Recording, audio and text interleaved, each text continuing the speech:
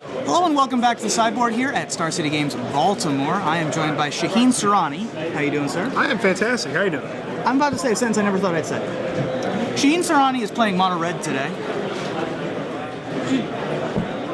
The hell, man? I'm slightly speechless with my own actions, Sure. actually. So, but for those on Twitter, there's been a little Twitter rage. Sure. Some people have been saying they threw up in their mouth a little bit. Some people said that they their head was about to explode, that they can't take this, that they're fragile. And I apologize to all the people that follow me on Twitter. It'll never happen again. Sure. So this is an aberration. This is not your watershed moment. Absolutely not. This is a Patrick Sullivan thought this might have been your awakening moment. problem. Is Mono Red is, what's the word I'm looking for? Wretched. I like winning with it. It was fun for a little bit, but the problem is the deck is like. Here's my big thing about control. What control's better? I'm gonna do it really quick, in a one sentence, pretty much spiel here. In control, you get rewarded for being land flooded. It's encouraged. You Sphinx of Revelation your way out. You use big expensive spells, and even when you don't have a lot of land, 2, 3, 4 land, you can still operate.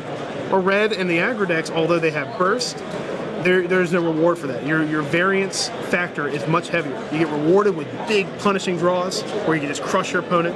But then, more often than not, you got to really scrape for that win, and control doesn't really have to do that. Sure, it's sort of a trade-off of, do you want to have your mulligan decision be the most important decision of the match, or do you want your decisions on turn 5 and 6 to be your most important? Right, of the match? exactly. Do you want to have to get lucky with your opening hand, or you're lucky with your top decks? Right, right. It's sort of the breakdown. I there, felt but, very naked with these top decks, let me tell you. Well, this particular version of Mono Red has fewer bad top decks, actually, because it has fewer lands in it. This is actually the boss Sly version. How did you enjoy, did you enjoy playing it today? Yeah, I mean, so far, I just lost to Zach Jesse last round. He felt bad about knowing what I was playing, so he's decided to keep a 4-land Grey Merchant Underworld Connections hand, or 5-land Grey Merchant Underworld Connections, and his first roll was Pack Rat that I didn't have an answer for, so there's that. But I've won 3 before that. I beat Mono Blue Devotion, which is a bad matchup, with some seismic stomping. Exactly.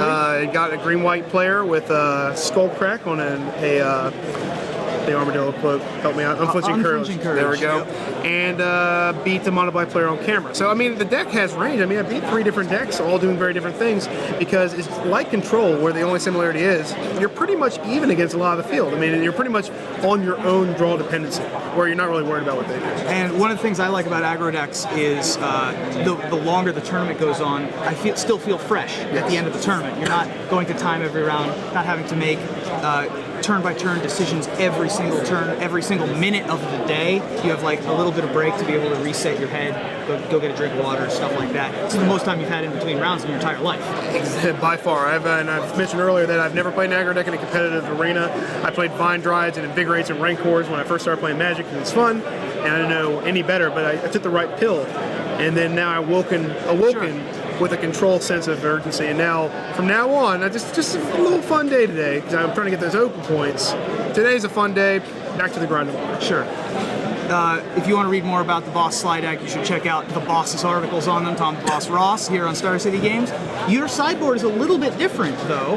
You have one card that I'm really excited about, which is Seismic Stomp, which you talked about a little bit earlier. Tell me about Seismic Stomp. It's kind of in the same field as Electrickery, where you need to get through a Master of Waves assembled army, and Seismic Stomp gets through that. Red-green can color the board pretty well. I mean, they have 0-3 defenders that block you for days. There's a lot of cards in these aggro mirrors where you really need to get through damage, and Seismic Stomp is the way to do it. Electrickery, not as good, I think. I have that on the board, and I played it, and I'm like, after using it against the Master of Waves today, I'm like, I really wish this was another Seismic Stomp, because killing their 1/1s and leaving them with a pro-red creature when they have Frostmourne Weird and other creatures out that are blocking you all day, it's pretty rough. And Seismic Stomp allows you not to get 3-4 damage in, but to get your entire army back in. Now, you've been telling me that your plan is to grind IQs to try to get an invite. You're around 65th right now in the seasonal standings. Haven't gotten your first point of 2014 yet, I don't think. No, not yet. But you're going to be hitting up IQs pretty much every weekend. There's not an open near you, is that correct? Correct. And a huge thing about this Open Series, and why it's awesome now, is that the Players' Championship, there's a lot of money being given away that. And you know to get to my heart is money. I do love money. Sure. So I really want to get into that championship, also the prestige that goes with it as well.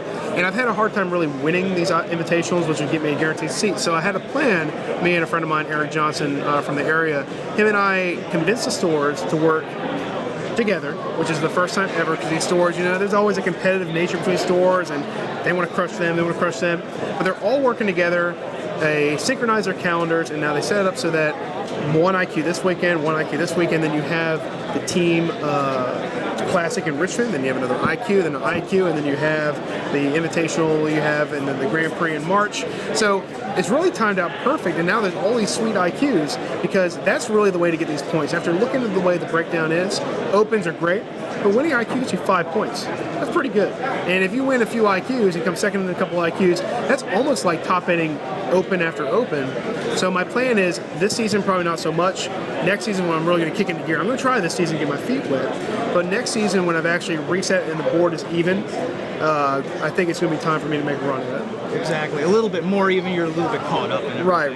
Like that. So, I don't want everyone to be turned off of mono red, by the way. Right. You wouldn't have chosen this deck if it weren't, to quote Shaheen Soorani earlier, absolutely like just the worst choice ever. It's actually a good deck. No, it's definitely, when I say wretched, it's wretched to me because I really hate playing mono red, and this is kind of like one of those, I'm just going to see what it's like to be on the other side. And I mentioned earlier when we were just kind of talking jib-jab in there, that playing mono red is another ulterior motive I have to show the world that the decision-making process is a little bit easier. I'm sure we'll hear more about that. A little bit easier than the Esper decks. We'll hear all about it in your article next week. Right, I'm sure we'll be entitled, I miss my Esper, or something ridiculous They'll have me like, you know, this, and we'll talk about it. Demonstrating my range. Yeah, that could be a good...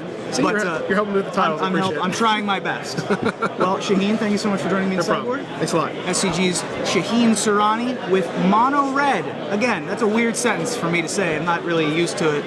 We'll be back with more coverage all day with Matthias and Patrick here on SCG Live from Baltimore.